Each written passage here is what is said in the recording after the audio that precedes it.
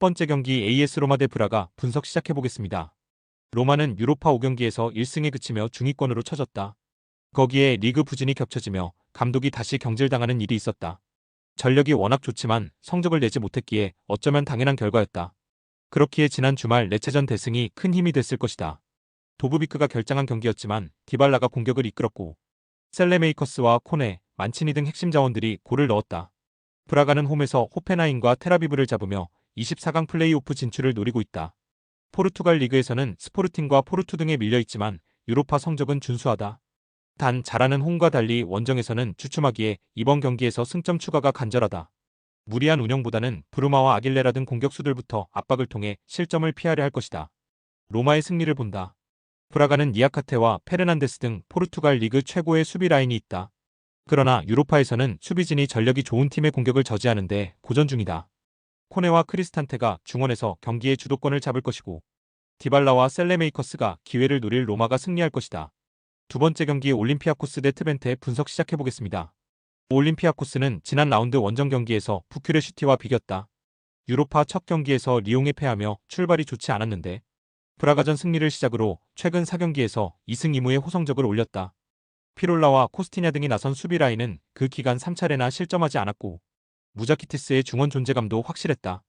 이 경기는 홈이기에 야렘척과 엘카비, 마수라스 등 골을 넣을 수 있는 선수들이 대거 피치를 밟을 것이다.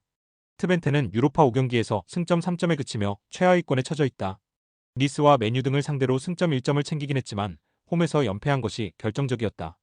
때문에 남은 경기에서 전승 수준의 성적이 아니면 16강행이 가능한 플레이오프로 갈 수 없다.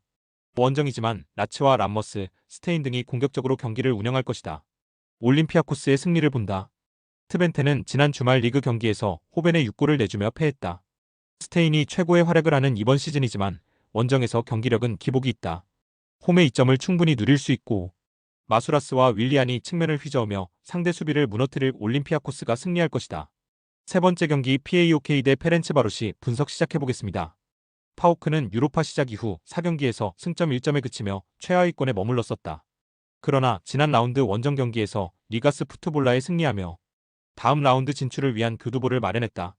최전방 공격수로 출전한 샤로프와 불가리아 국대 에이스인 데스포도프의 골이 나온 경기였다. 때문에 이번 홈경기에서는 연승에 성공하며 다음 라운드 진출 가능성을 높이려 할 것이다. 페렌츠바로스는 니스전을 시작으로 3연승에 성공하며 순위를 크게 끌어올렸다.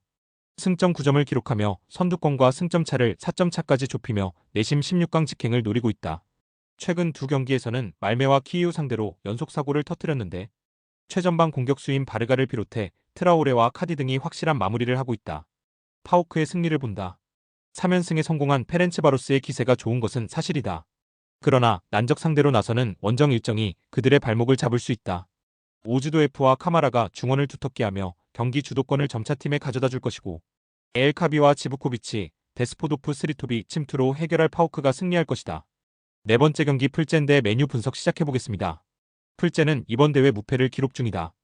프랑크푸르트와 파오크 등 쉽지 않은 팀 원정에서 확실한 결정력을 보여주며 패하지 않았고 소시에다드와 키이우를 연파했다. 체코리그에서 스파르타와 슬라비아 프라하를 위협하는 강팀인데 유로파에서도 순항 중이다. 단 이 경기는 쉽지 않은 팀을 상대하기에 무리한 운영보다는 수비 위주로 패하지 않는데 집중할 수 있다. 메뉴는 최근 리그에서 연패했다. 아스날 원정에서는 세트피스 수비가 무너졌고 노팅엄에도 공격 위주의 운영이 도구로 다가왔다. 그래도 회론과 저크지, 레시포드 등 언제든 해결해줄 공격수가 있고 브루노 페르난데스와 마운트 등 공격 전개를 책임질 선수들도 있다. 패배는 없지만 무패를 달리는 이번 대회기의 16강 직행을 위해 원정이지만 승리를 노릴 것이다. 메뉴의 승리를 본다. 풀젠은 비드라와 이르카 등 최전방 공격수들이 문전 침투로 기회를 골로 연결할 수 있다. 단 데리우트와 마르티네스 등 메뉴 중앙 수비가 쉽게 공간을 주지 않을 것이다. 페르난데스와 우가르테가 경기 내내 공격적으로 경기를 운영하며 기회를 볼 것이고 레시포드와 회룬이 해결할 메뉴가 승리할 것이다. 다섯 번째 경기 위니옹 SG 대 오지시니스 분석 시작해보겠습니다. 위니옹은 플레이오프가 가능한 24위를 기록 중이다. 그러나 아직 팀당 경기가 제법 나은 상황이기에 순위 상승도 하락도 가능하다. 때문에 최하위권 팀 상대로 나서는 이번 홈경기에 반드시 승리가 필요하다. 보니페이스가 팀을 떠난 이후 완벽한 9번 유형의 선수를 찾지 못했지만 부팔과 마치다. 이바노비치와 후세이니 등 공격진의 면면은 나쁘지 않다. 니스는 이번 대회 다크호스로 평가받았지만 5경기에서 승점 2점에 그치며 탈락이 유력하다.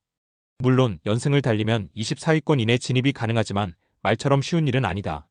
그래도 이번 원정에서는 해볼 만한 팀을 상대하기에 소극적인 운영을 하지 않을 것이다.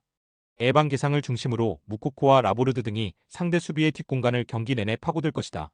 접전을 본다. 르아브르전을 승리하며 니스가 분위기 전환에 성공한 건 사실이지만 이번 대회 원정 경기력이 워낙 들쑥날쑥하다. 물론 로사리오와 은돔벨레가 나서는 중원에서 우위를 점할 수도 있지만 위니용은 버지스와 메갈리스터 등 탄탄한 수비가 있기에 니스에게 흐름을 넘겨주지 않을 것이다. 여섯 번째 경기 루도 고레츠 대 알크마르 분석 시작해보겠습니다. 루도 고레는 불가리아 리그에서 16승 2무를 기록하며 2위와 격차를 벌린 압도적인 선두다. 12월 열린 리그 3경기에서는 9득점 무실점의 완벽한 공수 밸런스를 기록하며 전승하기도 했다. 그러나 유럽 대항전 경기에서는 리그의 질주를 이어가지 못하고 있다. 빌바오전에서 나온 마르쿠스의 한 골을 제외하면 골이 없고 탈락이 유력한 최하위권에 머물고 있다. 알크마르는 지난 주말 리그 경기에서 무패를 이어가던 아약스를 제압했다. 리그 무승이 길어지며 선두권과 격차가 벌어졌었는데 다시 우승 경쟁에 뛰어들 준비를 마쳤다. 팀의 축포인 페럿이 최근에 부진을 털어낼 중요한 골을 넣었고 측면 공격을 책임지는 라도가 아약스스를 무너뜨리는 결승골을 터뜨렸다.